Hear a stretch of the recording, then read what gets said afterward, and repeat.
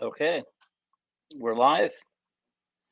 Hello, everybody. I am back. I am back with another episode. Tonight, we're going to preview the 2024 class, the running backs at the Iowa Hawkeyes. Okay, sorry, these glasses, they're all scratched up. Time to get new ones. Can't hardly see out of them. Okay, so here we are. Before I get started, let's take care of a little business. If you haven't already, hit that subscribe button. Okay, hit the subscribe button and hit the like button. Add some comments. Add some comments tonight live because you can do that. And also share this with your friends. My next goal is to get to 400. We're over 300 plus right now. I forget the exact number, but we're over 300 subscribers. Next goal is 400, then 500. Eventually, I'd like to get to the point where I get 1,000 subscribers, get a lot of views, have YouTube pay me. I can do a better quality video with better lighting, better equipment for you guys. And so, so just keep liking the show, keep sharing it. Don't forget to subscribe first. And I do appreciate all comments and questions. Okay. So let's get started with the running backs tonight. Okay. Let's talk about, there are 8 running backs in this, in the running back. I guess I'll just call it the running back room. That's how they refer to it. The running back room has 8. One of them is a walk-on. Okay. But let's just talk about first the coach who coaches the running backs. Okay. I watched him do a interview on YouTube with Chad Lysico last week, and I wanted to bring out some points that I thought were really, really good points that he brought out. And so I thought, well, if we're going to talk about the running backs, let's talk about the running back coach. Okay, as you guys know, that's Liddell Betts. He's a former Hawkeye. He's got career rushing record of 3,686 yards. That's only second to Shedrick Shaw, who was number 1 on the list. And I don't have Cedric's rushing yards, but he was number 1. Liddell Betts was number 2. So what a perfect guy to coach these running backs, right? Okay. He spent 9 years in the NFL, 8 of them with Washington. I think one season he racked up 1,599 yards because the main running back on his team went down that year. And so Betts was the featured back that season. Okay. He made $10 million in the NFL, guys. $10 million. Wow. He was hired in 2021 after being a high school coach at Pinecrest School in Fort Lauderdale, Florida. And so he was hired to do the running backs in 2021 from Iowa. So he made a jump from head coaching a small high school in Florida to, wow, that lighting's bad. Okay. To coaching running backs in the Big Ten Conference at Iowa. So Kirk must have saw a lot in this, guys. And I think one of the biggest recruiting wins that this guy has had is he was able to keep, at the time, the 5 scholarship running backs. He was able to keep them all without jumping in the transferring portal. How do you do that when you got 5 guys who all want the ball? And now 8 because there's a total of 8 in the room now. Now that there's a walk-on, his name is Max White. We'll talk about him, and the 2 incoming guys who moved into campus this weekend. Okay, so how do you keep a group of happy when you only got 1 ball, and these guys all want to play? They all want to be a 1,000-yard rusher. They all want to eventually play in the NFL. All right, how do you keep them happy? Liddell found a way. he found a way to keep these guys and keep them happy. He says they respond because he's been in their shoes and they understand what he went through, and he's able to convey that. And so he's able to convey that. So I think that's head and shoulders above everything else. But let's get started now with the first guy on my list. I think Caleb will win back his number one starting running back job this year. Okay. He's number 2 on the roster. He's 6'0", 220, a junior this year.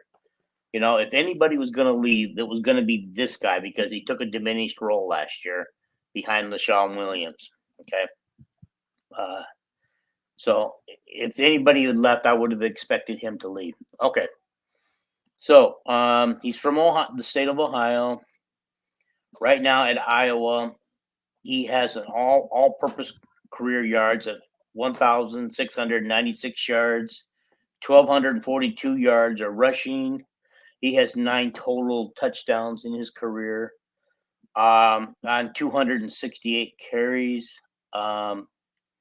He's actually he had 7 receptions for 52 yards, and with an average yards per catch of 7.4.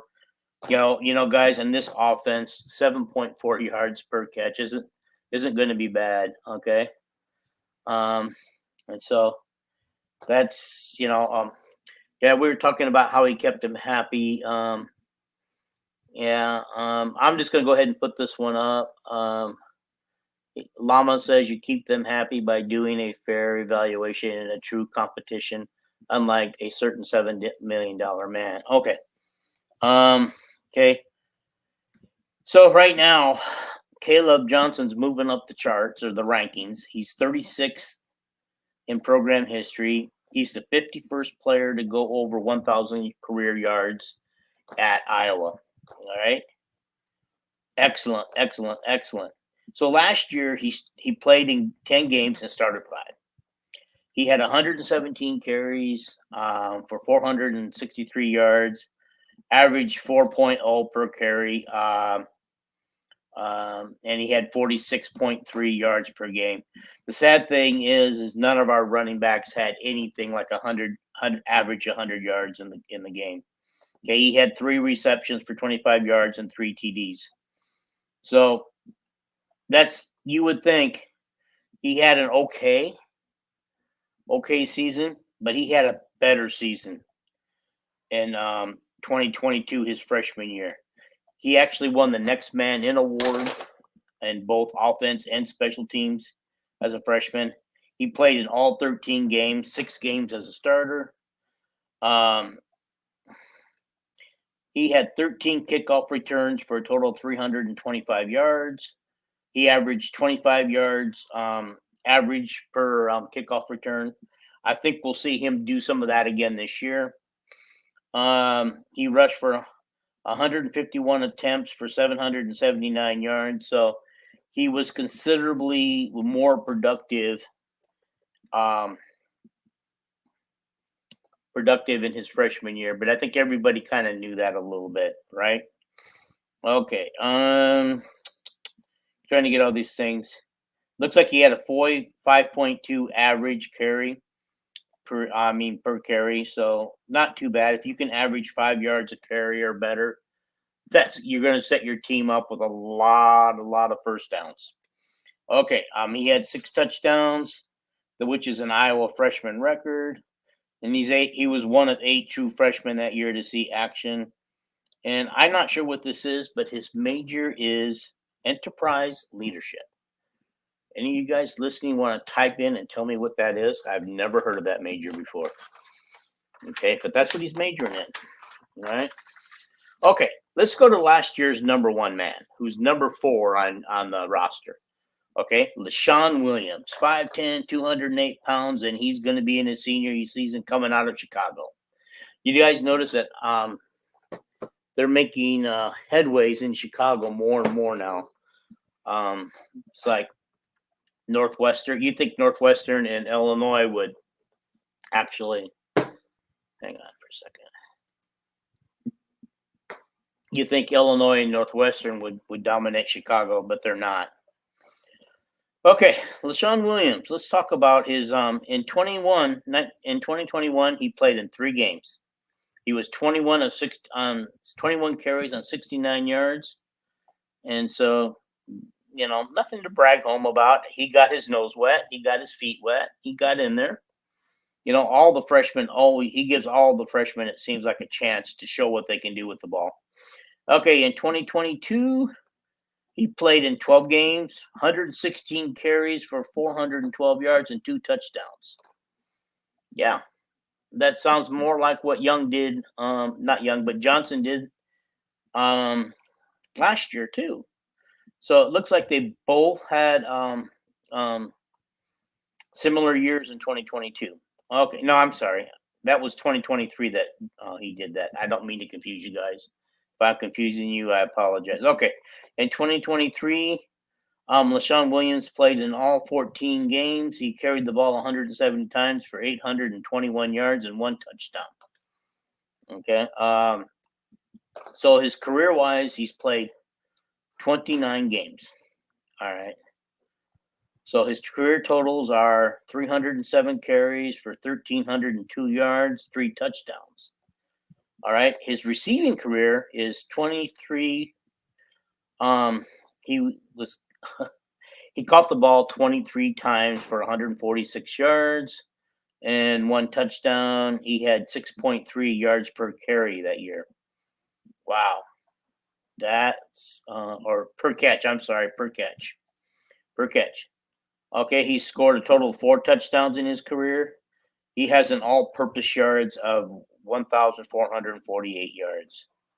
Not too bad. I'm not sure. LaShawn may be one of the top 3. Okay, we'll see. I'll tell you guys when I get done. All right.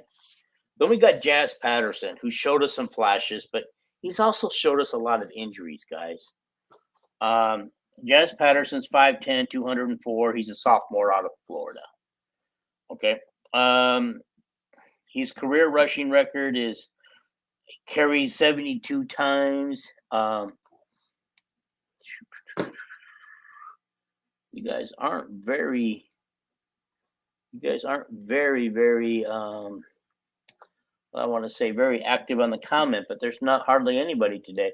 Boy, today, I tell you what, I put that all over there today that I was coming, that I would be out here talking to you guys, and we doing this show, and hardly anybody's here so far. And then there are days when I don't have time to put it out there, and I have all kinds of people. I can't figure it out, man. I can't figure it out. But hopefully, if you're not watching live, you're going to watch the replay later. Give me some views. Give me some extra views. All right. So Jazz Patterson's career rushing record is 72 carries for 253 yards and 2 touchdowns. His receiving is 5 for 23 and 0 touchdowns. And so he's had a total of 2 touchdowns in his career. His all-purpose yards are 276 yards. The one thing I can't figure out that is he showed so much flash and potential. Why we haven't seen more of him? I think this is also his junior year that he's going into, and it just seems like we haven't seen much of him. And so that's I think he I don't know, we saw flashes, but let's talk about the one guy who also showed some flashes last year as a freshman, but only played in 4 games to preserve his red shirt. Kamari Moulton. Okay, this is another guy out of Florida. He's considered a redshirt freshman because he only is my Fisher Price headsets OSHA approved. These aren't Fisher Price, buddy. They aren't Fisher Price. Yeah, they cost me an arm and a leg. Fisher Price. Gosh. Yeah. We'll talk to you about that. I'll come after you for that one. Okay. Get it up there. Alrighty. So Camry appeared in 4 games, 27 carries for 93 yards. 2 touchdowns. His longest is 18. Um, he comes in, last year he came in about 170. He's currently listed on the current roster for this season at 185 pounds. Liddell Betts said in the interview he's actually at 200 pounds. So he he considers Moulton more of a slashing style running back. Okay, so I don't know, but little bit we saw of him last year, I think everybody will agree that they would have no problem with him carrying the ball this year at all, at all. Okay, and so, but I don't have a lot on him. He'll wear number 28 if you guys remember. The person wearing number 18 this year is Terrell Washington Jr. He also only appeared in 4 games. His career rushing stats are 9 carries for 50 yards, 0 touchdowns. He has no receiving yards. He's also practicing in both the running back room and the wide receiver room. It appears that he's going to do both this year. But maybe he's doing that. Maybe he's going to come out of the backfield and catch some balls in the backfield, or come out and catch them out front. I don't know. Terrell Washington is a pretty speedy guy. Maybe we'll see him on some jet sweeps this year. Okay. All right. So I don't have much else on him. So that would be. Did I cover all 5? Yeah, I covered all 5. Uh, all 5 scholarship running backs. Boy, I'm having a hard time tonight, guys. Having a hard time. Okay. So now we got number 22, Max White Jr. from Cedar Rapids. He is a walk-on. And I honestly thought we saw more of him than this. It says that he rushed for 3 times for 3 yards and 1 TD. I thought we saw more of him, guys. I can't believe we only saw him 3 times. Well, he was on some kick returns. He did get 2 attempts at kick returns. It says 14.5 average yards, because he actually got 29 yards total in his 2 kick returns. Okay, not bad, 14 yards each time. We can live with that. He has 32 yards total, all purpose. Max White is, I know we saw a little bit of him last year and maybe the year before, but um, it's just, I just really thought we saw more of him, but I guess we did not as much as I thought we did. So, but he's the number 6 guy on the running back setup right now that I've done. Okay, all right. Who are 2 newcomers? Okay, let's go over that. Brevin Dowell and Xavier Williams. All right. They're like, Brevin Dowell's kind of the lightning, and Xavier Williams is kind of the thunder. They're kind of a thunder and lightning tandem. Brevin Dowell comes out of Adel, Iowa. He's 6'1", 190 pounds. He got, believe he got his at his career, it looks like, is 2,115 yards, all-purpose yards, and 33 touchdowns. His senior season ended during week 3 when he broke his arm. Yep, he broke his arm.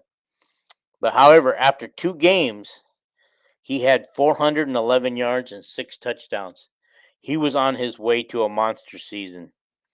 And Liddell Betts said in his interview that he'd like to use him like Tyler Goodson. He sees a lot of similarities in Brevin Dowell as Tyler Goodson. Okay.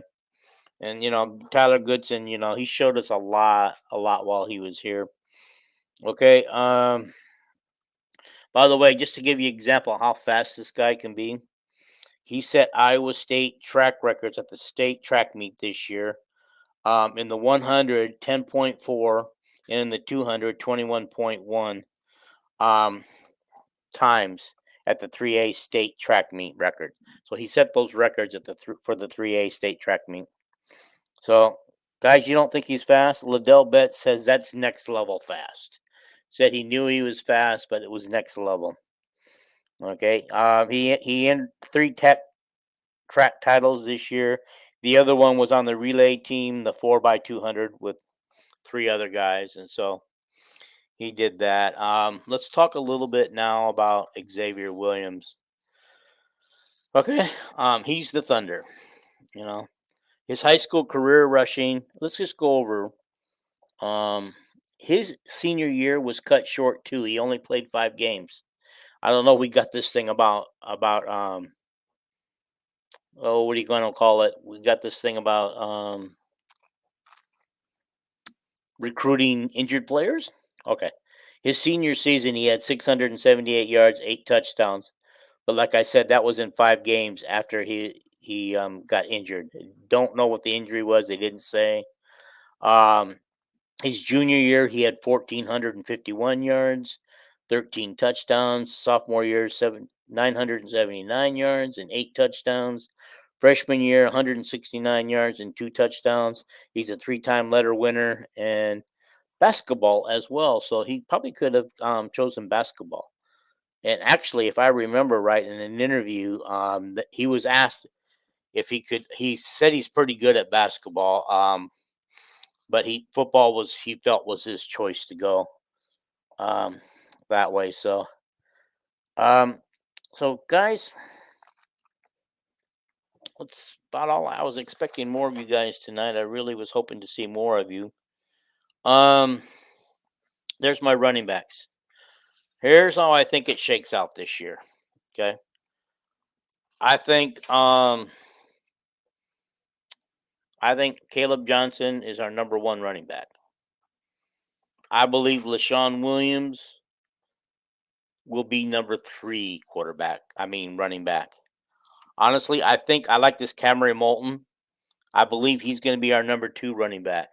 So I would expect to see more of Moulton and Johnson carrying the ball this year than I would the others. This is my early predictions. I don't have any inside predictions.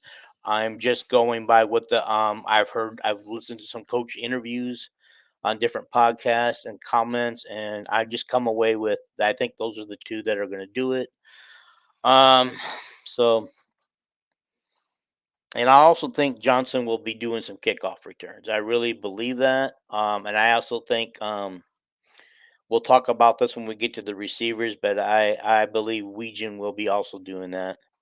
But there'll be wide receivers are next on Wednesday night if I don't have a game to interrupt or anything, and so they will be the next ones. Honestly, I think Brevin Dahl and Xavier Williams will only get the four game freshman thing this year, I believe. Jazz Patterson will probably be our 4th running back, and don't expect to see Max White very much at all. So maybe on some kickoff returns or punt returns like he has in the past couple times. So we'll see about that. And so, okay, alrighty. In other news, it's a little late, but I'm going to bring it out there anyway. College Hall of Fame, Sean Green and Adrian Claiborne, or is that Iowa Hall of Fame? That's Iowa Hall of Fame. Sorry, Iowa Hall of Fame is going to be Sean Green and Adrian Claiborne. I think you guys. It's just funny because Sean Green really only had one spectacular year because after a spectacular year, he took off and made himself eligible for the NFL. But you guys remember he had really good flashes his freshman year. His sophomore year, he did not play. I believe he was taking a year off or something. I don't know what was going on that year, but he was working, I think, at a furniture store, moving furniture around. But maybe moving all that furniture around made him a lot stronger and made him a better running back.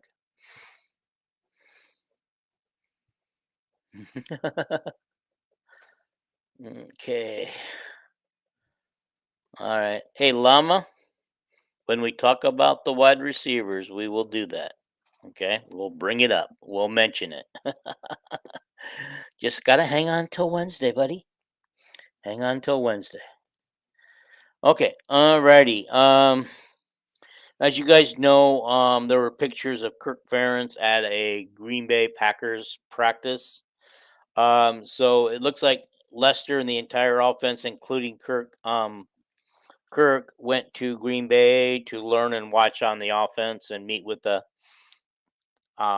team. Okay, but on a side note, defense, according to what I heard, the defense went to Baltimore, and you guys know the Ravens really have a really good defense, and so um, it didn't surprise me that they went to check it out. But one of the reasons why they went to Green Bay is because they are running the Green Bay system, which is the Shanahan system. Both Mike and Kyle, I guess, both developed it. And so as much as people say that we're probably not going to see the we're going to see the same stuff. I don't believe we are. I don't think we are. I think honestly, we're going to get something different. We're going to get a little bit of a new look. I think what won't change is Kirk. Oh, I didn't mean to put that back up there. What won't change is Kirk basically saying when to open it up and when not to open it up. I mean, I like I said, it's always been Iowa's philosophy when you get up 2 or 3 scores, turn the game over to defense and special teams and let them get the win for you. I mean, because Kirk is he plays not to lose, unfortunately. When he get up that high, and so you know, he's afraid that when you start throwing the ball all over the place, only bad things can happen. Okay, you can drop the ball. You can tip it to somebody else when you're trying to catch it. You can get it intercepted. Okay, or you can fumble the ball after you've been tackled with it. So he thinks that and I understand this philosophy, but I also have never, when I coached in my entire coaching career, which spanned at about, I don't know, 15 years. What is this? Okay, which spanned at about 15 years. I never once, well, I did in one game. I did coach not to lose. I turned the game over to our defense and stacked the box, and you know what happened? Is they got behind my box and scored and scored and scored. Okay. And that was in a championship game. Never again. Well, I did that, I promise. The next season against the same team, we decided to attack them, continue attacking, and we won, and we didn't have to worry about losing the game because we just kept scoring and they did not. So, um, yeah. So anyhow, I don't know where I was at with that conversation because I did get down a bunny trail on that. um, okay, let's see what this question is. Do you think would rather lose by a blowout than win by 14 points or more? I only say this because after every blowout, we don't seem to change a thing. Um, True. I will say that's true. Um,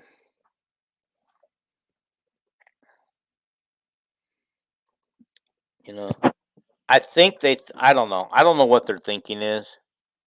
But in the 3 blowouts that we had last year against us where we didn't score a point, um, I think they just didn't think.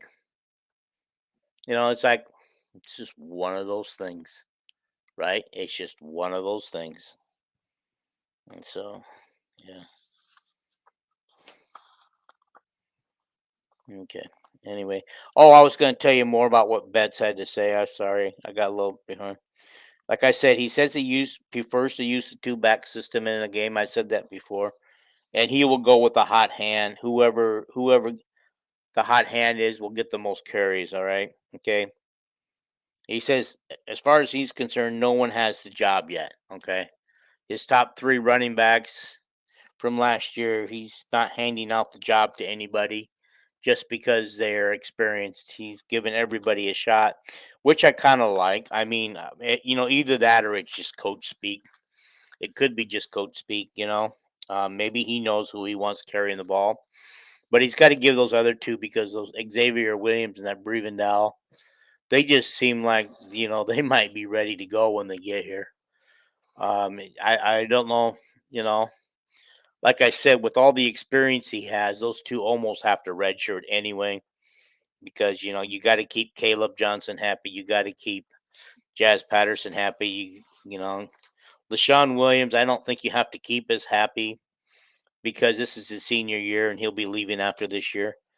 So if you make him mad by sitting him, so be it. But you also got to keep Cameron Moulton happy and Terrell Johnson Jr. happy. They're both going into their redshirt freshman year, and I think, in all honesty, they need to see some serious playing time too, and be used because otherwise, when the season ends, they'll be jumping in the portal too. Even though, let's see, LaShawn Williams is gone, but Jazz Patterson has one more year after this year, and Johnson has one more year after this year. So maybe they wait one more year because then they'll be playing a lot more. They'll be the go-to guys if they haven't already. So I'm just trying to break this down as best I can for you guys and give you my predictions for the season. Um, I'm sorry if this wasn't a better show. I'm disappointed in it tonight. I'm disappointed we didn't have more people. I'm disappointed that we didn't have more comments. People are constantly going in and out of the. I see, on the side here where I'm watching, people are constantly coming in and going out and coming back in. Some people coming back in. So anyway, I'm just going to repeat this for the people who didn't get it at the beginning. First of all, feel free to comment if you haven't commented before. So, okay, who will jump in the portal first in December? Caleb Brown or Marco? I think Caleb Brown does not jump in the portal. I'm sorry. We'll talk about him when the wide receivers are here, but um, he's gonna be our main guy. He's not going anywhere. He's gonna be our main target this year, and I expect to see more wide receivers this year catching balls. Well, let's put it this way. I'm gonna reiterate that. I expect to see the wide receivers get more targets this year than they have in the past. When I do the wide receivers, I will also throw in the tight ends and yeah, we'll do that. Okay. Yeah. Llama's laughing at me. I don't know what's going to happen with Marco. I think I could see him easily leaving after this year. So I would say out of the two, I would expect Marco to go first. But if you go and listen to his interview with Vandenberg and his wife on their podcast, he sounds really committed. He understands his role, understands that he wasn't ready to take over last year, at least according to his words. He also said that, oh, well, he said Labus was hurt all year and wasn't practicing. Now, his dad said on Twitter that wasn't true. So let's, take that with a grain of salt. Is Marco saying that to stay on the good side of Kirk Ferentz and Tim Lester? He not, because that way he's not giving away any secrets. Okay. Well, I just tell you what, this is just like, what the heck? Hope you guys can still see me. Things are just kind of like messing up on me really quick here.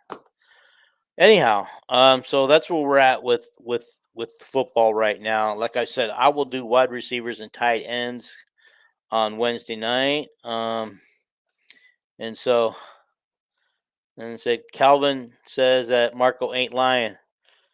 Calvin, I know that. I understand where you're coming from, but at the same time, why did his dad come on X last year or Twitter and tell the world that he really wasn't injured? You know, I, I kind of want to believe his dad first. You know what I mean? And unless he was injured and his dad, I don't know. I just like to know that. Um, okay. Why did I say it then? All I said was is Markle saying it to stay on the good side and not reveal any secrets from last year, because I'm caught in the middle here, listening to what he had to say, and at the same time realizing that his dad said something totally different. Okay, his dad said something totally different. Um, if I could find his dad's Twitter, I'll try to pull it up and see if I can find it for you, so everybody can see what he said. I saw it with my own eyes. Okay.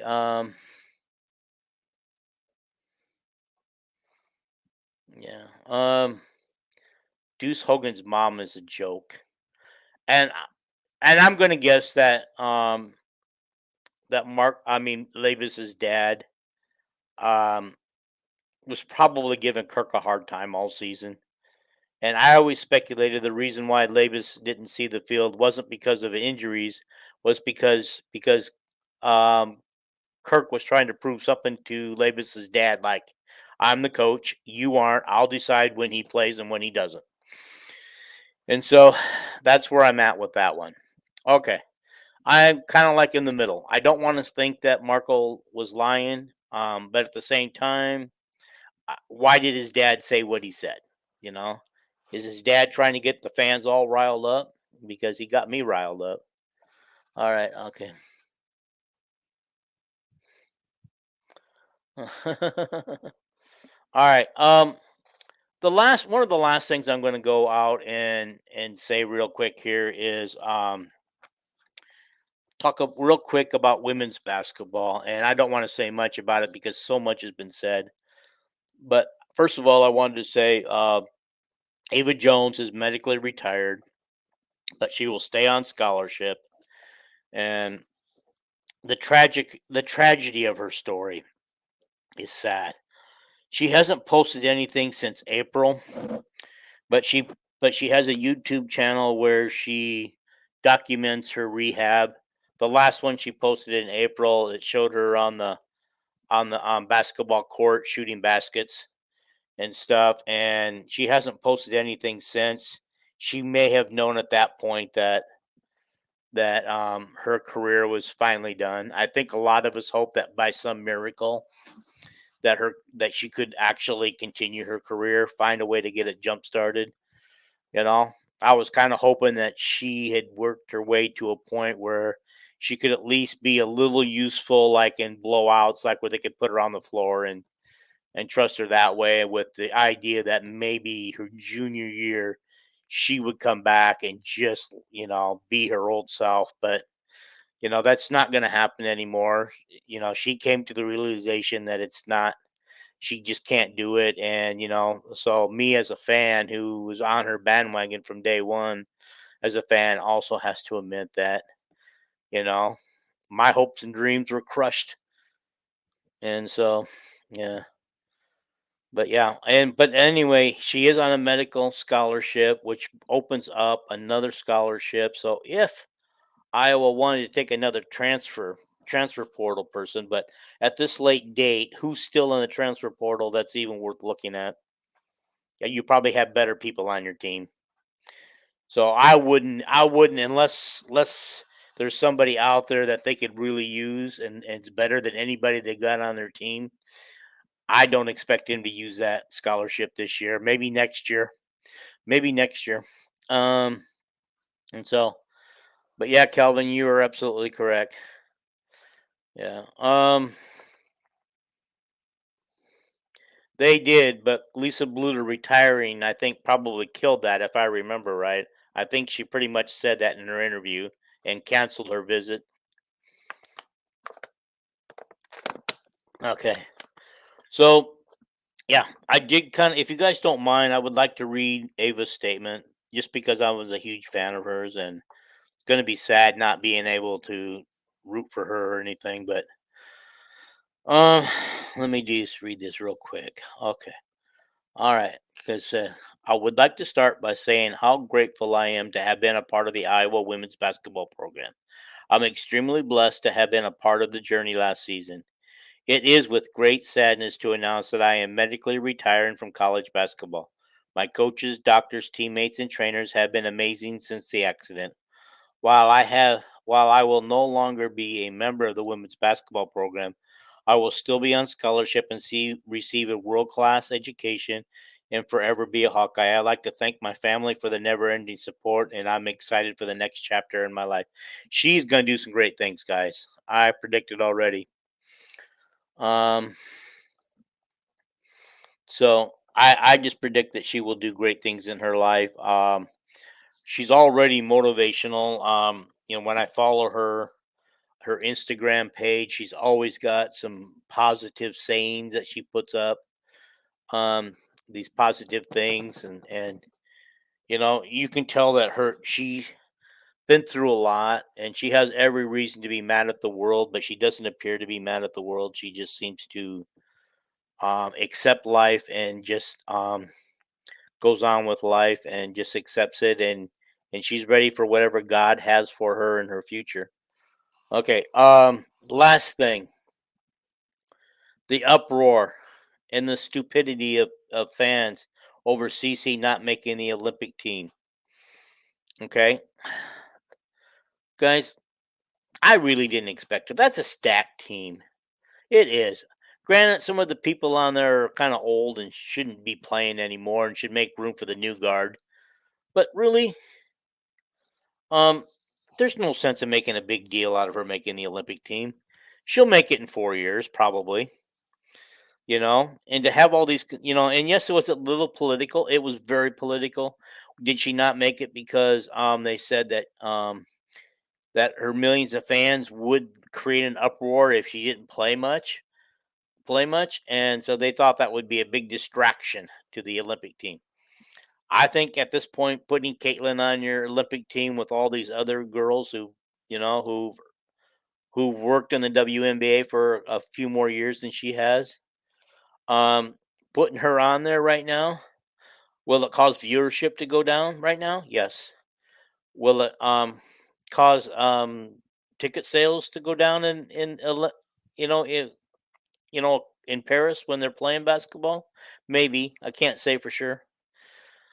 Um, all I know is they've got a pretty stacked team. They've got some solid players. There's a couple players on there I would rather not see because they're like 40-year-old women, and I think the 40-year-old women have come to the point where they're not accepting the new blood that comes in, and maybe they should have a mandatory retirement age and get some of these old ladies out of there. So make room for the young ladies and some of the people, like there were some really good people that got drafted this year that didn't make their teams because some of these old ladies won't go away and you're not going to cut them. And so anyway, I just think that people are making a bigger deal out of this. She will get on an Olympic team in 4 years. I promise you that. Unless she gets injured or something. But CC has said herself um, that she will. I think she's disappointed she didn't make it, but she will still root for the team and hope they win gold and cheer them on. Um, what else is she going to say?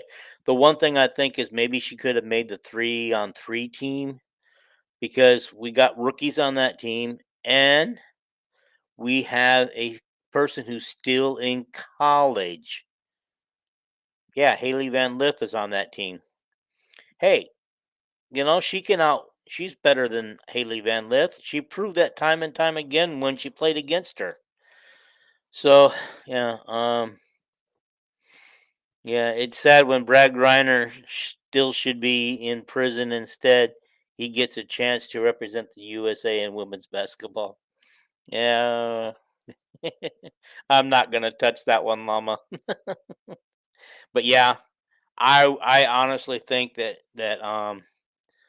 she should still be in prison in Russia. Um, she got lucky. She got fortunate. Biden got her out of jail. So more power. I think we had to give up a prisoner to get one out of jail too that should have been in jail, from Russia. So I think we had to give one up. But anyhow, that's kind of where I'm at on that stuff. And so, um, okay, Calvin.